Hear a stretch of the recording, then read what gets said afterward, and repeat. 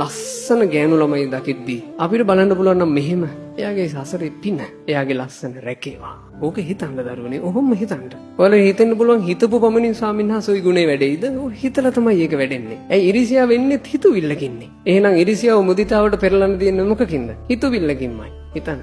ඔයාලට වඩා දක්ෂ ළමයි ඔයාලත් එක්ක එකට ඉගෙන ගනි. ඔයාලට පුළුවන් නම් ඒ දක්ෂයාට එයාට ඉගෙන ගන්න උවමනා කරන දෙයක් ඔයාලගේ අතින් අරන් දෙන්න. පෑනක් හරි කමන්නේ. ලස්සනට අකුරු ලියන කෙනෙක් ඉන්නවා. ඒ ලස්සනට අකුරු ලියන කෙනාට සාමාන්‍යයෙන් තියෙන හොඳ වර්ගයේ පෑන ඔයාලා අරන් දෙන්න. හදවතින් ආශිර්වාද කරගෙන එයාගේ අකුරු හරි ලස්සනයි. එයාගේ ලස්සන අකුරු තව තව ලස්සන වේවා. පොඩි දෙයකට පවා හොඳට ඉගෙන ගන්න කෙනෙකුට ඔයාලට එච්චර දස්කම නැතත් ඔයාලා හදවතින් ආශිර්වාද කරන්න. අනේ එයාගේ අධ්‍යාපන කටයුතු තව තව සාර්ථක වේවා. එයා දක්ෂයා. ඒක ඉතින් එයාගේ පින්න. ධන සම්පත් තියෙන මිනිස්සු දිහා බැලලා ඔයාලා සතුටු වෙන්න ඒ මිනිසුන්ගේ වාසනාව ඉතින් ධනෙ ලැබුණේ. එයාලගේ ධනෙ දශමයක්වත් පිරෙහෙන්න එපා. මේ ලෝකයේ ඇතුලේ ඔහොම හිතනයි ගොඩාක් අඩුයි දරුවනේ.